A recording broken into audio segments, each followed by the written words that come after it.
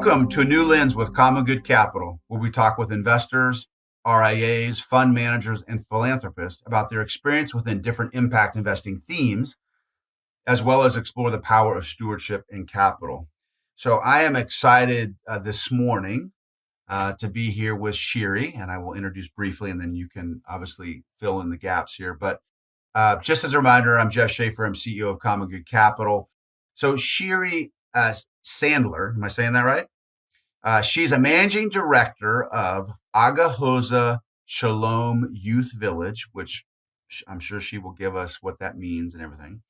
But this is unique because, full transparency, how we met is actually because a fund that I am involved with has a signed agreement. So it's not done, but we have a signed agreement to own a solar farm that sits on land owned by Agahozo-Shalom in a very unique and creative structure to benefit the youth village for years to come. So full transparency, that's how we met. Sorry, Shiri, I don't normally give that level of detail, but just for transparency. So welcome. Thanks for joining us.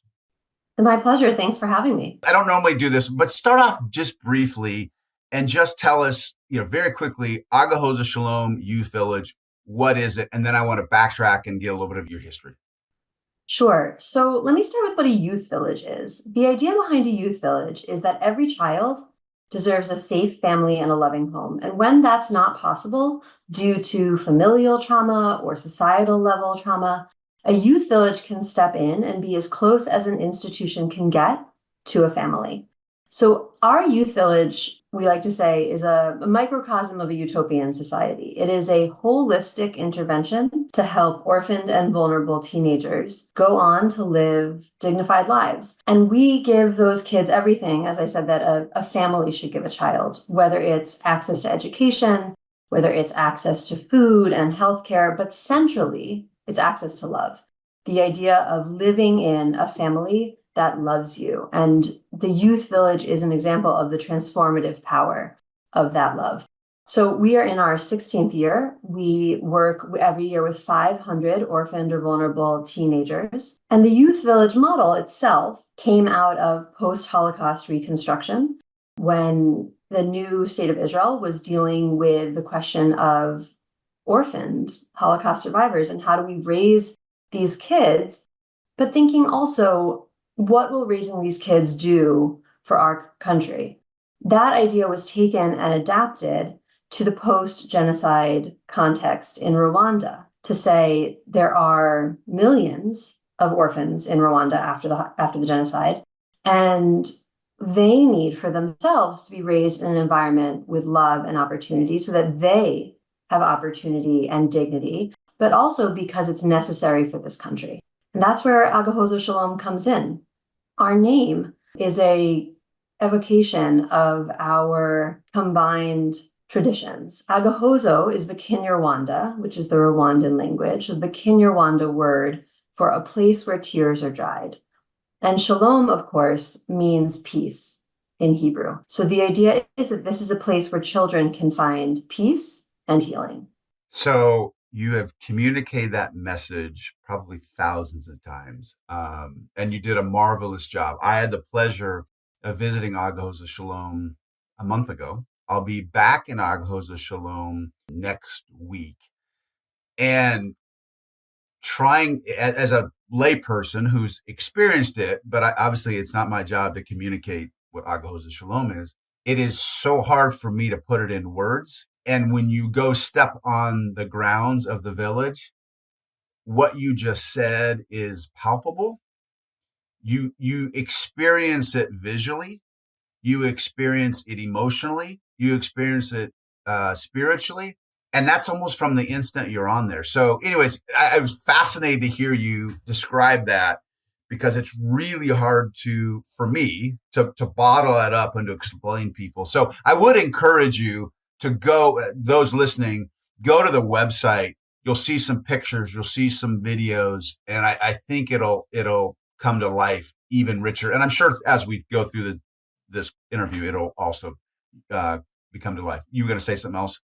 Yeah, I just want to respond to what you said. I think part of the reason it's so hard to explain a place like Agahozo-Shalom is that if you think about your own life, it's very difficult to explain what family means to you, right? Because it's so essential. And the only way to understand what family means is to put it against what you would be if you didn't have one. And I think that's the heart of the work we do, is to say, family has given me stability. It's given me love. It's given me opportunity, my sense of self, confidence, my worldview. What would I be without my family or a family or the family that has shaped me? I'd be so much emptier.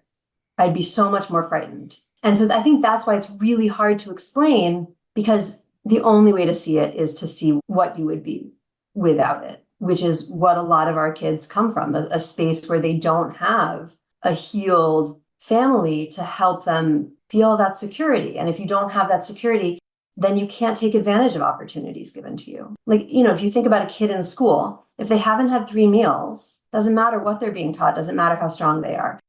But even under the meals, if they've never been told they have worth, if they've never felt they have value, if they've never felt secure, they can't try. It's interesting. As you're talking, immediately my mind goes to, well, what about those individuals who hear this and their perception of family is actually not positive for whatever reason? And so what I'm thinking about when I was at the village, the difference to me is the village, whoever, and I'm sure you'll tell about how it started. It was, I'm assuming over time, multiple people who are collectively defining what a family should be. And so it's different than just in my own family, because I get in my little myopic world. But here it's almost like you've recreated what family could or should be over periods of time, very deliberately, where most families aren't practically thinking about and have all this collective wisdom to even change their own family. Does that resonate? It completely resonates. And I think Americans tend to have a very narrow view of family, right? We think of the nuclear family. Other cultures, and Rwanda is a great example of this, think much more broadly of family. So if you go back to your life, Jeff, if you think about the ways that your nuclear family failed you or hurt you, or the things that they gave you that you then had to overcome, which I think for many of us is true, right? The idea of a perfect family Sure. is not a reality for most Right. people. Think about the other nets that you had, the other communities you had. Was it your educational community? Was it your faith community? Was it a sibling? Was it a friend you met in school or a teacher? Now imagine that all of those communities are fractured because of societal level trauma. The intersection of familial trauma or individual trauma and societal level trauma means that there's no level that can catch you. So if, I think, for example, about my mother and the way my mother was an immigrant. They were refugees after the Holocaust, and she grew up as an immigrant in a very, very poor place. And when they came to America, school was the thing that caught her. And her parents were too young and too traumatized, but there was a broader community in many ways. But if she hadn't had school, if she hadn't had a school that had the resources to catch her, then where would she have ended up? The first time I went to the village, as you said, I walked onto the campus and I felt that everything I looked at, the homes, the plantings, the view, this gorgeous view over Lake Mugesera in Rwanda, were all meant to tell me, you are worthy of beauty. You are worthy of healing. And I felt that deep inside. And I thought immediately, my God, what if my grandparents, who were child orphans of genocide, had this? What do you need as a child? And what do you deserve as a child to help catch you? And that's what the village tries to give, because we're not just thinking, what do these children as individuals need? But what does this country need and deserve and have the capacity to do if the resources are there? Okay, so let's step back. This is really good. There's many things I could say. I think I've told you in a previous conversation, I have a deep passion for men and women who've been incarcerated.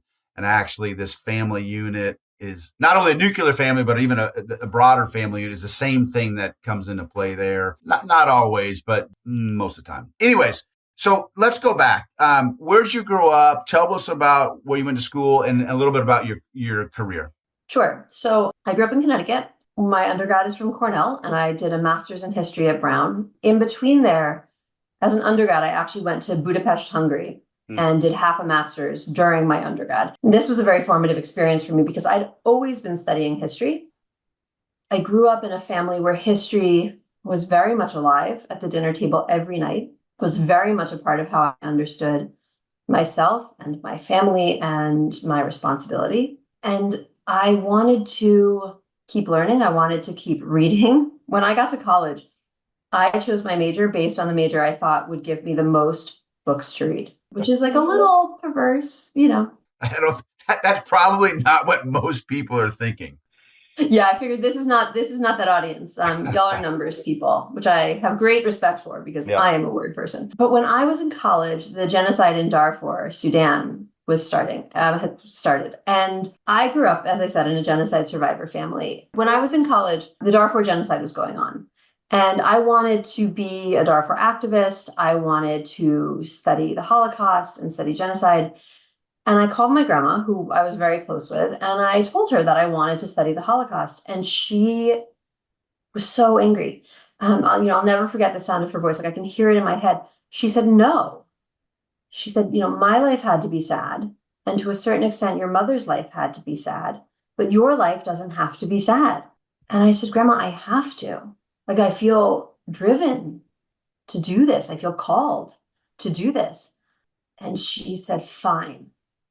But if you do it, you don't just do it for the Jews. You do it for everybody. And that became the thing that drove me. That became the mantra. So I got involved in Darfur genocide activism. And when I got out of graduate school, I started working in the Holocaust and genocide space. I worked for a long time with the US military, taking midshipmen and cadets from the US service academies to Poland to see the concentration camps, for them to learn about the role of the military in genocide and to think about their own ethical obligations. Developed programs for medical, seminary, legal, and business school students to do the same, to think about the role of their profession in the Holocaust and what that means for their ethical obligations today.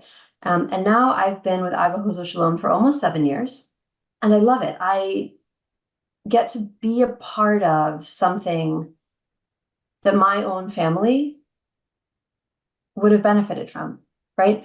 But I also get to be a part of sort of standing together.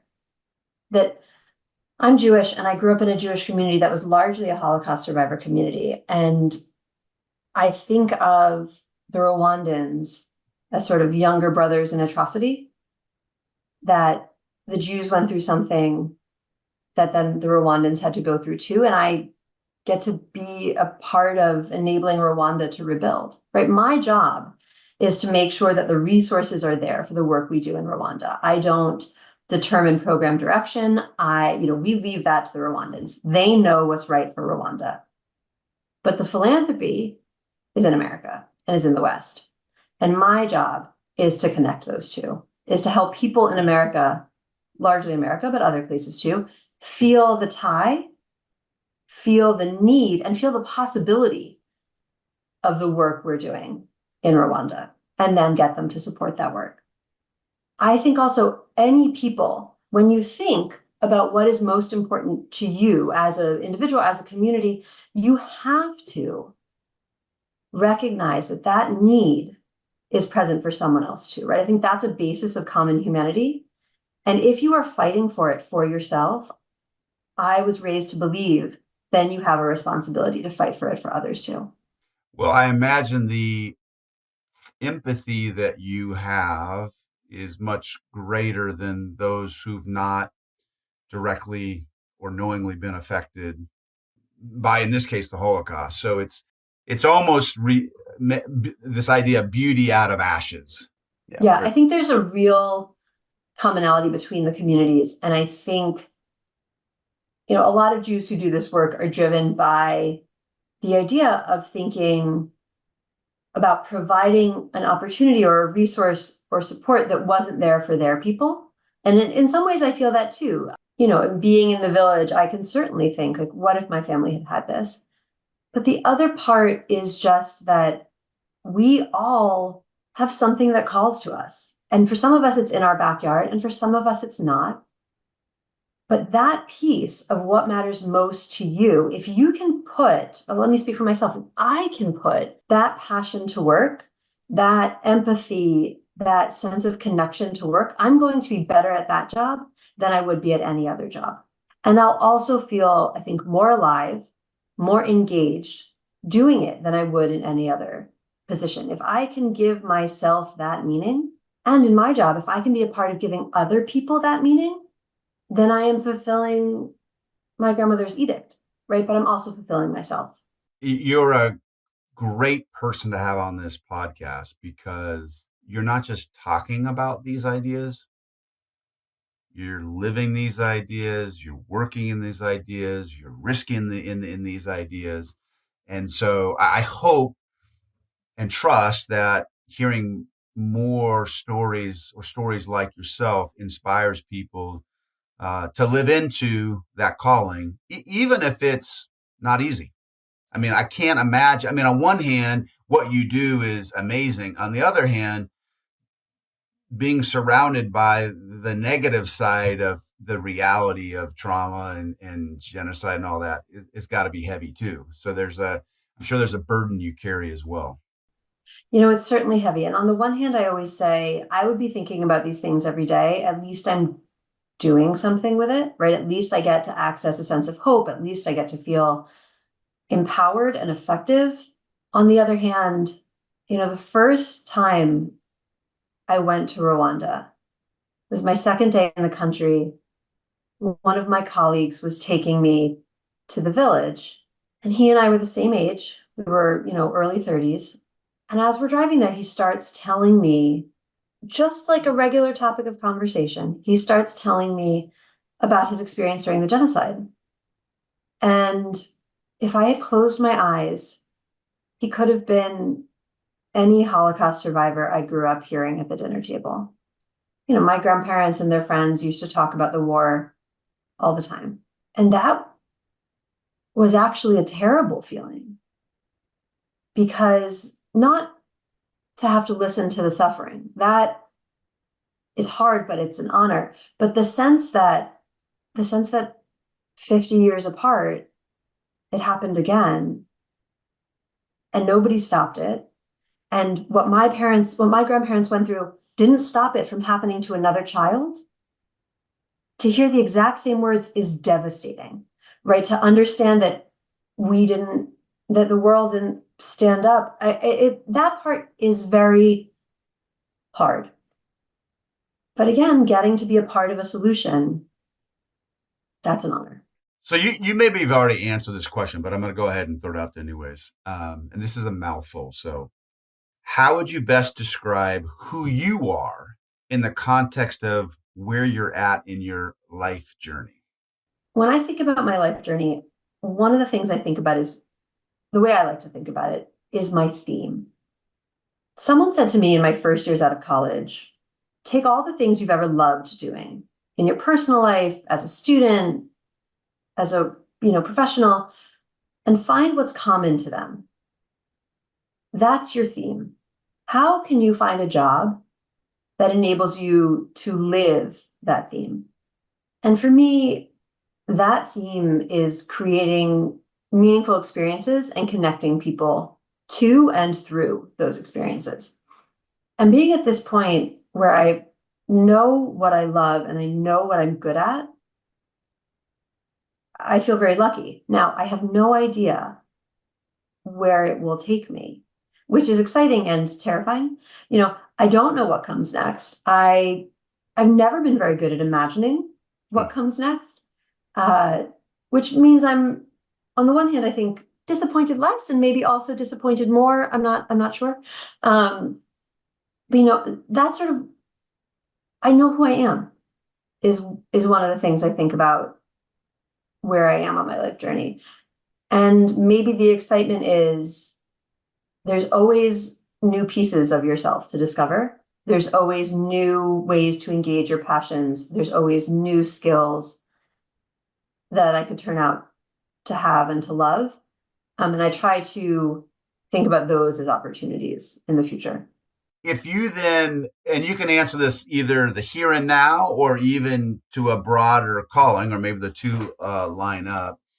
How are you trying to change the world, whether it be small, whether it be large? I think I'm trying to change the world in multiple ways. I'm a parent, and I think every parent is trying to change the world, right? Because we are trying to change and create a world for our children, but also just the way we parent is trying to change something. It's trying to offer something to our children. And I think about that a lot also as a professional because I work not directly with kids, right? But in helping to create an environment for children.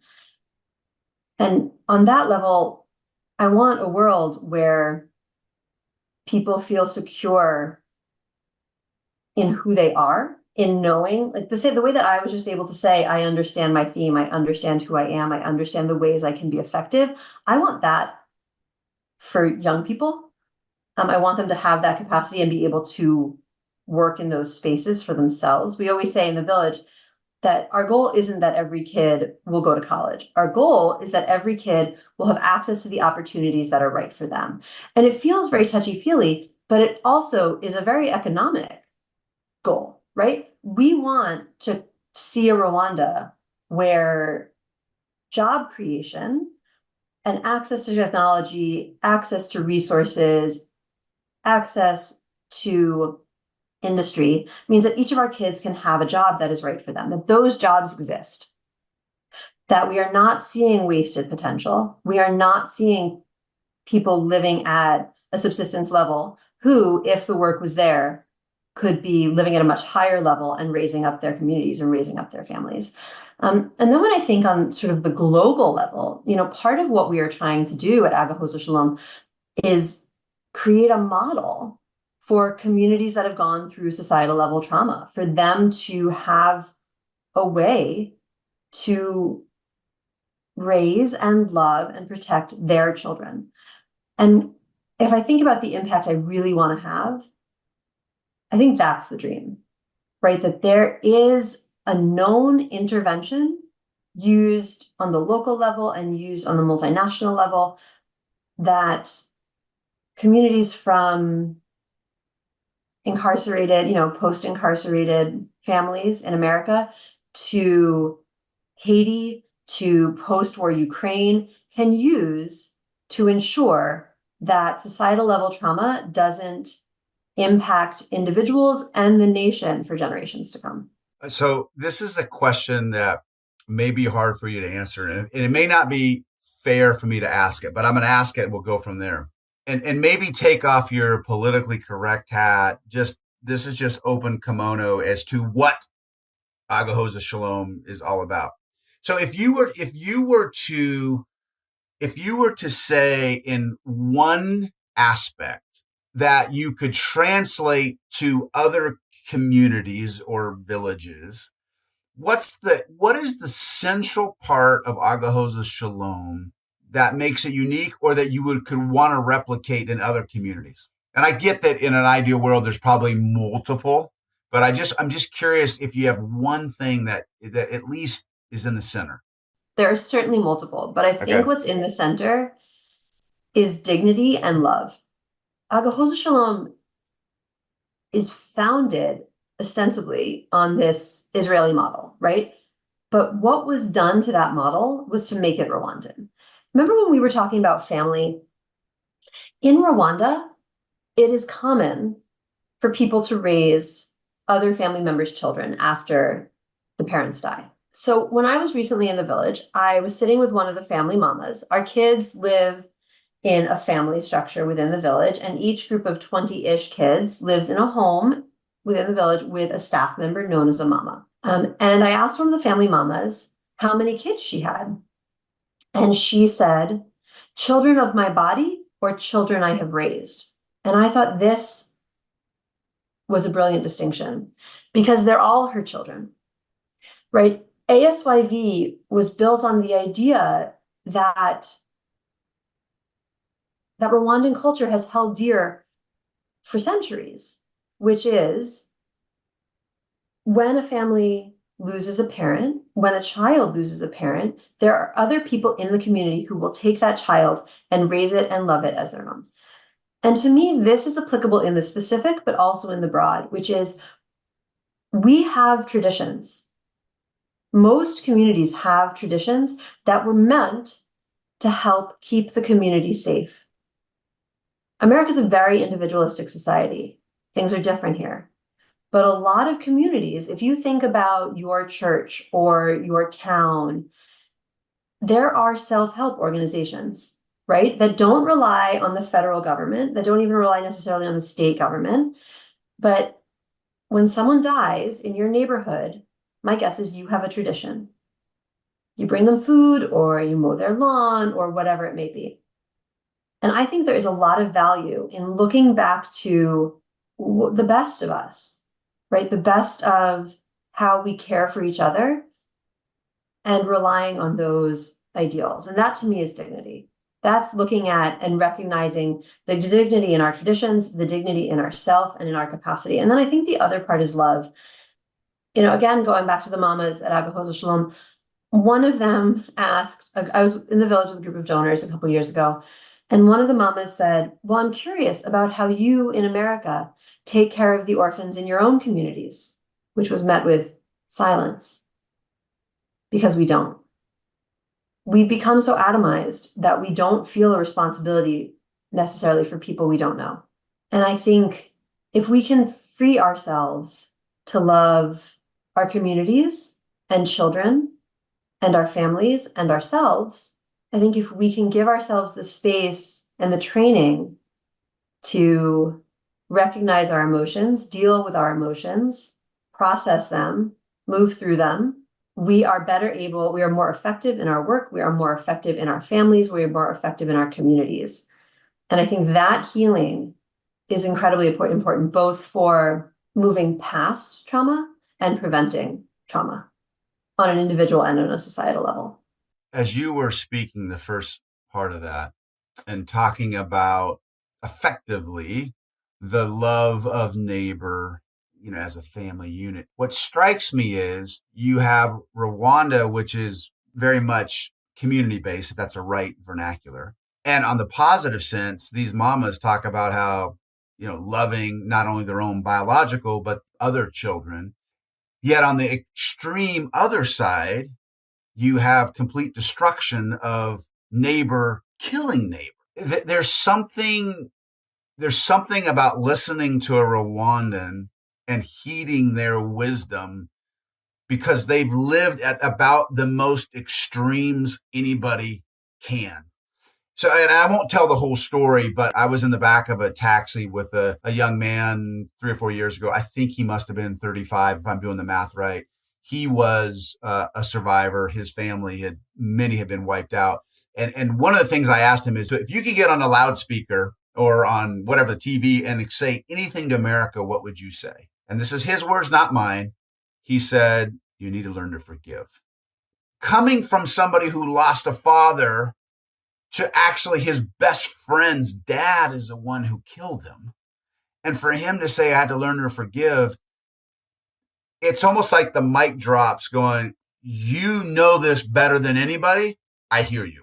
So it's interesting. The darkest places, when light shines through, we ought to be running to that truth because it probably is the most pure we're going to ever hear. Yeah, I think that's a wonderful way to put it. You know, it's interesting. I used to speak publicly with my grandmother a lot. She would tell her story of survival. We would talk together. We spoke at state houses and schools. A kid made a documentary about her. I mean, we did this a lot. And people would ask her if she could forgive.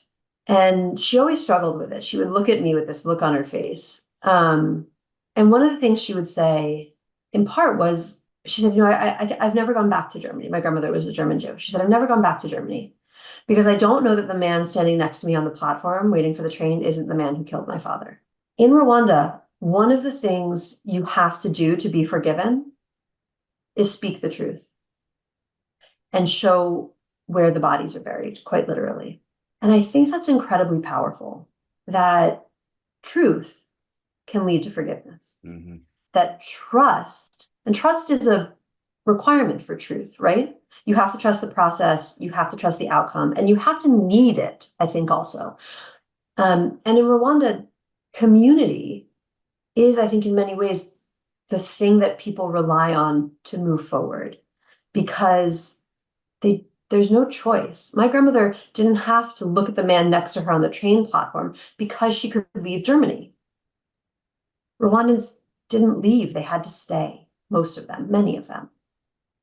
And there's a very strong national narrative in Rwanda about rebuilding the country, about moving from what was essentially a failed state by international standards to the tech hub of Africa, which is what it is now. You know, the Singapore of Africa, that if you want to build a business in Africa, you go to Rwanda to do it because there's very little corruption, because it's very business friendly, because there's no natural, or there's very few natural resources in Rwanda. There's essentially the gorillas.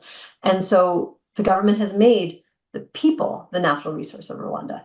And I think you cannot move forward in that way without relying on each other, without trust, without truth, and without forgiveness.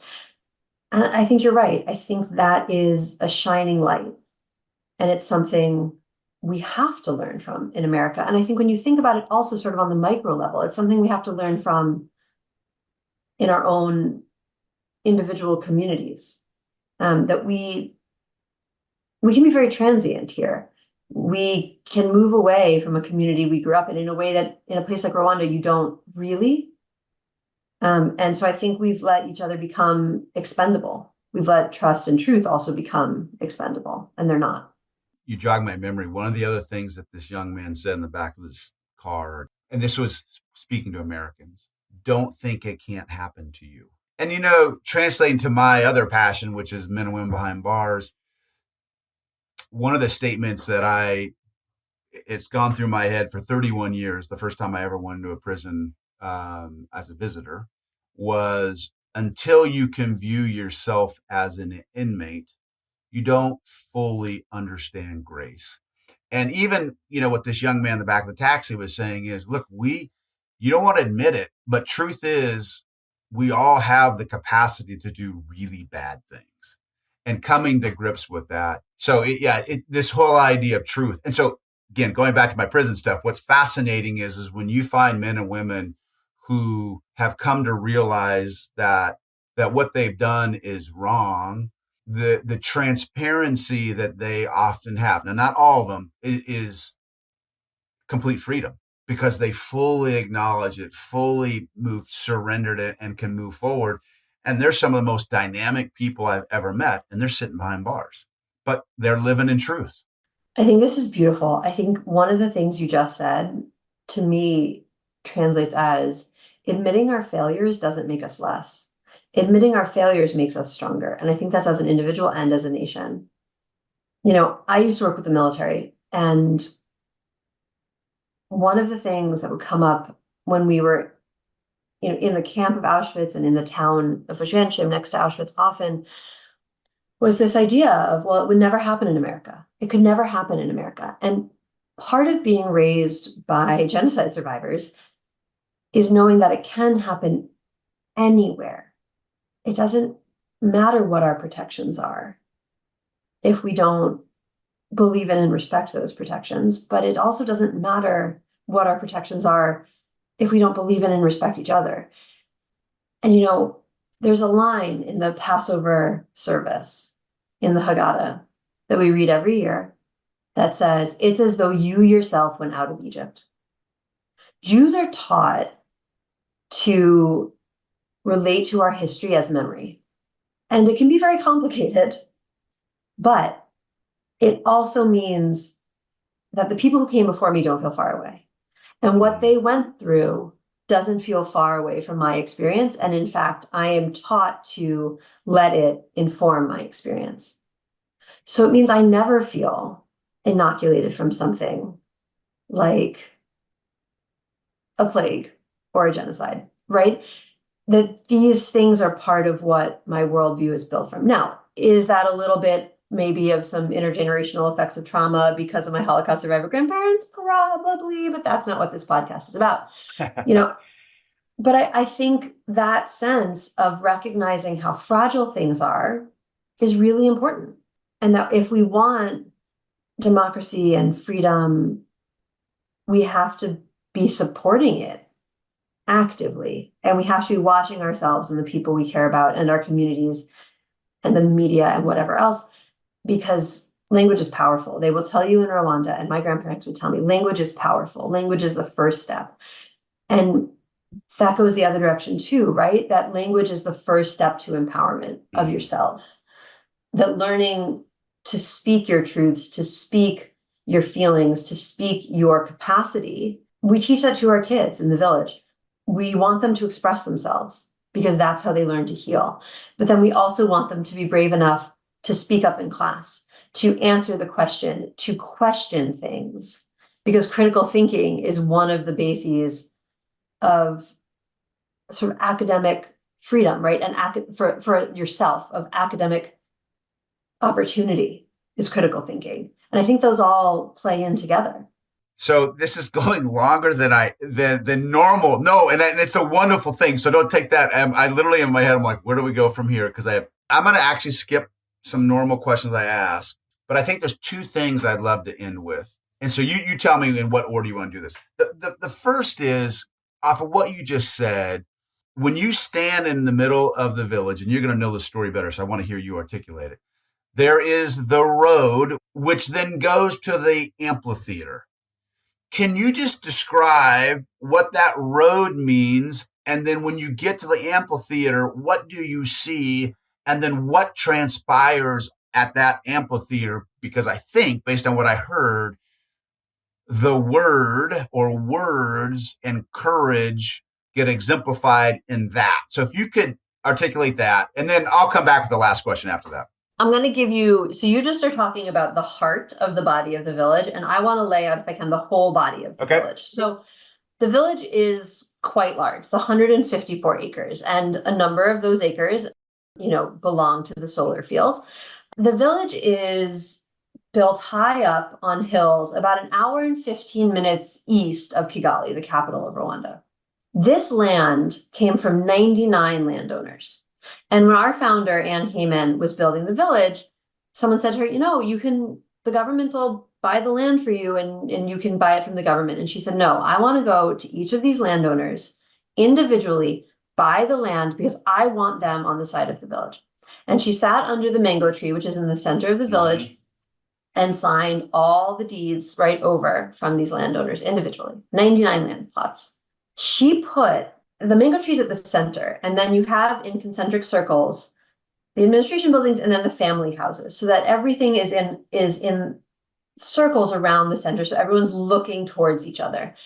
But then you have this walk up the hill, up, keep going up, like 20-minute walk up the hill to the school, which is literally higher up than the village. And Anne always said it's because the head is the highest part of the body, right? And she wanted the separation of home and school. So the kids really felt they were moving towards a purpose when they walked up towards the village. Now, if you walk down from the school into the center, and then you walk down Seafar Road, you end up in the amphitheater. And from the amphitheater, you have this gorgeous view, as you actually do from the school. So you can see it from just the two places, Lake Mugesera in the distance. And you see over the hills into Burundi, which is a neighboring country. Anne's idea was that if you see far, you will go far, which is why the school can look at Mugesera. And when you see it from the amphitheater, you will go far. And so the idea is that academics can take you far, and what happens in the amphitheater can take you far. And what happens in the amphitheater every week is an event called Village Time, which is a talent show. And everybody has a talent. All of you listening, you all would be put up on stage at Village Time too. Maybe you're doing live math. I don't know what it is, but we have everything from dance to modeling to spoken word, to poetry, to traditional music, to rap music, to live painting. The idea is every kid has a talent. Every kid can have a passion. And I think a passion is something that ties you more closely to life, right? Think about yourself. Think about fishing or sports or whatever it is that you love to do in your free time that gives you something to look forward to. Those are things our kids never had access to. Right? We have professional artists now who, before they came to the village, had never seen art supplies. We have kids who love to code, who, before they came to the village, had never touched a computer. Every kid has the opportunity to get up at village time and express themselves, and every single kid is going to get applause when they are done because it is an act of bravery and it is an act of trust to get up and express yourself in a language that wasn't your language in front of 600 other people. And so that's really sort of, if you picture the village, the spine of the village is the school to the amphitheater and is that CFAR road. I joke that everything in the village is called either CFAR or Go Far, but you have to say the things you believe. You have to repeat them to teach them to your children. And so that's what we do in the village. And one day, my hope is that those listening can walk down Seafar Road because you can't articulate it until you see it. The view and the expansiveness is just awesome. Okay, so the last kind of concept is your job is to raise capital for the sustainability of the village. So when did you realize the power of capital? And mind you, it doesn't have to be money. And what does that mean to you? Any thoughts you have on that would be awesome to hear. Yeah, it's interesting. I think there's sort of two clear points in my life. So when I was growing up, my family sponsored a number of families of refugees to bring them over to the States. And those kids, I grew up very close to some of those kids and those families. And those families were very much intertwined with mine. And as I grew up, I realized that the reason we could do that was money, right? Money hadn't bought my family's safety during the Holocaust, but it could help other families. And the money part, but also the emotional ties we developed with those families were equally important. And I think those pieces are both capital.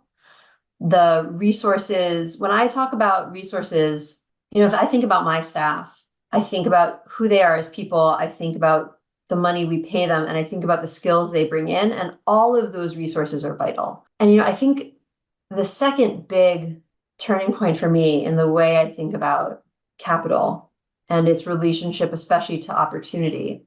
This was actually very recently. It was a couple of years ago, must have been, I don't know, 5-8 years ago. I was talking to my grandmother about why they came to the States. They had been, my family in 45, my grandparents met in 45. After liberation, they had my mother in 47 in Paris, which is just the place they were able to go to. And then they went in 49 to Israel, to the new state. And it was very difficult. They were very, very poor. They lived in a tent city. And I always thought they came to the States in 56 because of safety. And I remember saying that to my grandmother, and she said, no, that's not why we came. I said, wait, why did you come? She said, jobs. She said, Shiri, there were no jobs. And I realized the role that money and financial opportunity and employment opportunity played in my family's life, and therefore in my life, were much bigger than I had ever understood. When I think about the village, people always ask me, what's the thing that keeps you up at night? And I'm like, well, the money, if I don't raise the money, it's not there. Right. We can't feed the kids. They go home. Like, what happens, Right. But it's also the environment of it, that we can do so much for our kids. But if the jobs don't exist in Rwanda for our kids to get, they're still going to go back to where they came from. And maybe they're more healed and they have, they're changed on the inside, but how much is their opportunity going to change? How much can the future of the country change? And so much depends on investment in a country like this. So much depends on workforce development and infrastructure development in an economy like that. When I look at unemployment numbers, when I look at, GDP, I'm thinking about what that means on the individual level and how much squandered opportunity there is there, and therefore how much individual and familial trauma is going to come out of that. And so that's, I think, really the way I think about capital. So then I don't put words in your mouth, but just listen to you speak. parsing through it, clearly there's capital that's needed for the village, philanthropic capital, but you're also articulating that there is capital, investment capital needed in infrastructure, in job creation. So it's interesting that your job is to raise capital for the village, which is charitable. And yet your answer was capital holistically needs to go there, not just in the philanthropic side. Completely. I mean, I don't know how many of you listening are soccer fans, but if you are a fan of Arsenal, you will know Rwanda because their kit, right, their jersey says Visit Rwanda. And Paris Saint-Germain, they have a partnership with Rwanda, and Bayern Munich has a partnership with Rwanda. And we have seen a clear difference in visitorship, in tourism in Rwanda with those efforts. Tourism in Rwanda translates into two things: visitors to the village for us, which is vital and financially vital, and two, global interest and awareness of Rwanda outside of the genocide, which is vital because it brings investment and philanthropy. I think all of these things are tied together. I think impact investing in a place like Rwanda brings everything from capital to this conversation. One of the really interesting things about Rwanda specifically is that as a nation, it is very uninterested in Western aid. It doesn't want aid. It wants investment because they want Rwandan solutions. They want Rwandan ideas. They want a Rwandan future. They do not want a dependent future. They do not want, Western ties that are telling them how to run their country. They, as I said, go back to this idea of Rwandan dignity, of Agaciro, which is we know the answer. We know the way forward from our own past, from our own culture. But what Rwanda needs to make that possible is investment, is tourism, is business, is a different face on the world stage than just 30 years after the genocide. One last connection. I'll talk to people, and I involve with multiple kind of impact things, investments, but one of them is investing in some businesses that are run by and that hire formerly incarcerated. And inevitably, I will have somebody say, you're using them, or why not just give them money? And my answer is ultimately that there is a place for charity, and there is a place to just help and give a handout to these individuals. But you said the word, and I've heard this many times as it relates to Africa, and this is where Americans, I think, fall down. When you see somebody as investment worthy, there's real dignity in that because you're saying, I'm investing in you because I believe in you. I believe in you that you're going to make money for yourself, and I believe that you're going to make money for me. That's a totally different level, different playing field than here's money, here's a handout. And again, you need both. But one of my missions is to challenge people, and this goes a little. I mean, I know you agree, but this is not to dissuade people from giving to charity. But I think a lot of Americans view charity as more holy than a great impact investment. And my answer is, you need them both. I think there's a really important piece under here, which is power. Charity, philanthropy, vitally important. You want to give philanthropy to ASYV? We are. Please come talk to me, right? I will very rarely say no to that. But I think with philanthropy can sometimes come a removal of power, right? If you are giving and someone is receiving, you are, in many minds, the more powerful one. I think when you invest, it's even. And the thing is, there's a movement in philanthropy called trust-based philanthropy, which is really about evening out that power structure in philanthropy to say, we are investing with philanthropy, we are giving to your ideas, and you are the one who will decide what to do with these funds. You will decide what is best for your community and how to use it. You know best. We simply have the capital. And I think that's really important. But I also think if we only look at a place like Rwanda as the recipient of aid and not a generator of worthy ideas, we will never fix this power imbalance. And I think that's really important, that when you invest in a country, whether it's through a deep and meaningful relationship with a nonprofit, or it's through impact investing, or it's through visiting, you are more likely to see common humanity. And I think common humanity and recognition, sort of the commonality of opportunity, the commonality of brilliance, those things are really important to our global future. We are all tied together. The only way for us to succeed is to succeed together. And I think these are very important pieces of that. This has been awesome. Thank you for your transparency, your vulnerability. Thank you for inspiring us. And I know that your inspiration comes from your family legacy and what you're called to do, but it also comes from, I know, the change that you see with do you call them students? What do you call? We call them students or just kids, our Okay. kids. Yeah. I mean, for another time, I'm sure you could rattle off amazing story after story. And I'm sure there's still some heartbreaking stories, but I can't imagine that you'd keep doing this if you didn't see amazing results coming from these kids.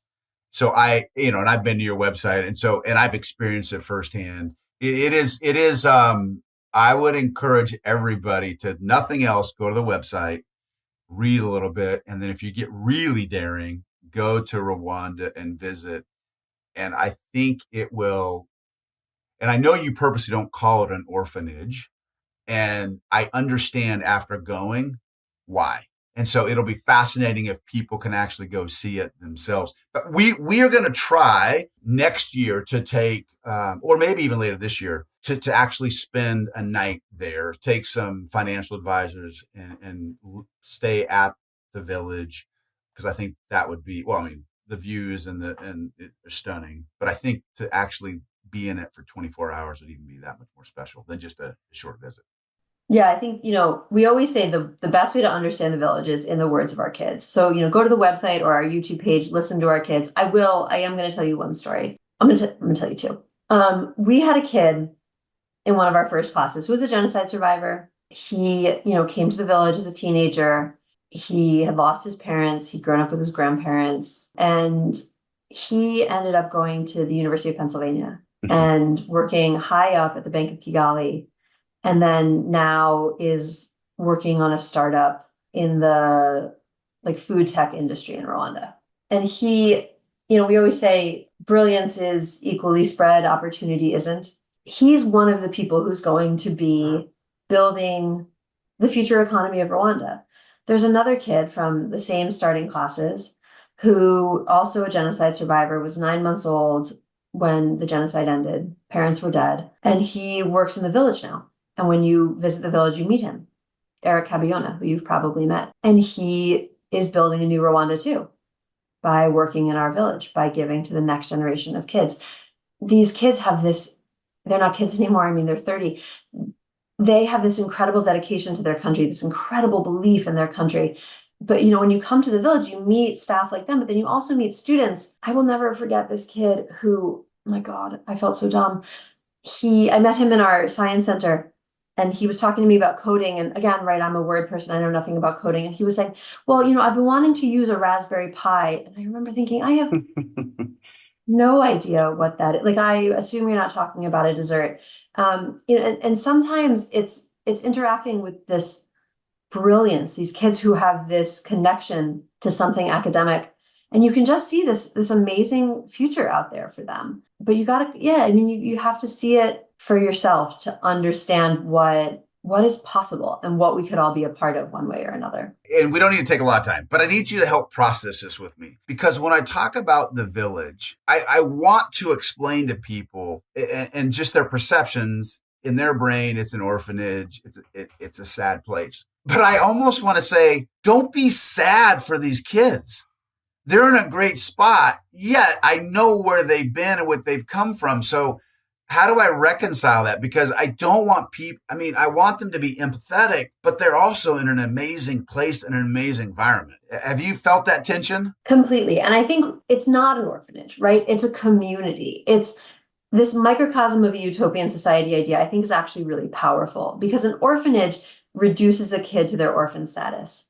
The village provides a holistic community that all of us could use, right? That gives a kid everything they could need in one place. I think of the village as a place of hope. An orphanage is a place of sadness. This is not an orphanage. this is the best boarding school you can imagine, right? It's the most vibrant community center you've ever seen. It's focused on possibility and on the future. And I think that's the difference. We don't, I mean, on the one hand, we don't call it an orphanage because it's not. But on the other, we don't call it an orphanage because the idea of an orphanage is an idea of last resort. The idea of a youth village is really the idea of first resort, right? It's let's take children and give them what we all want for our children, not the least we can give them, but the most.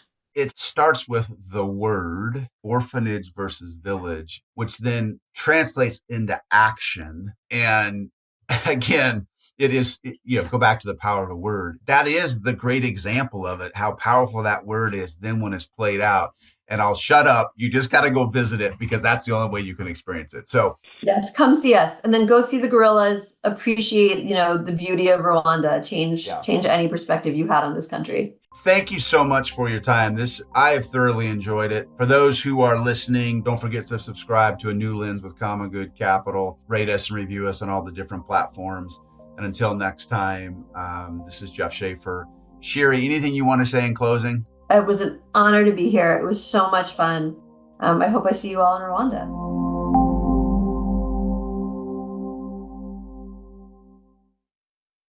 This podcast is a production of Common Good Capital. It does not constitute an offer or a solicitation of an offer. Such offer would only be made through a private placement memorandum. Prospective investors in private placement securities should be aware that making an investment is speculative and involves a high degree of risk, including the risk of losing all or a portion of an investment. Investments of this nature are illiquid and subject to substantial restrictions upon transferability.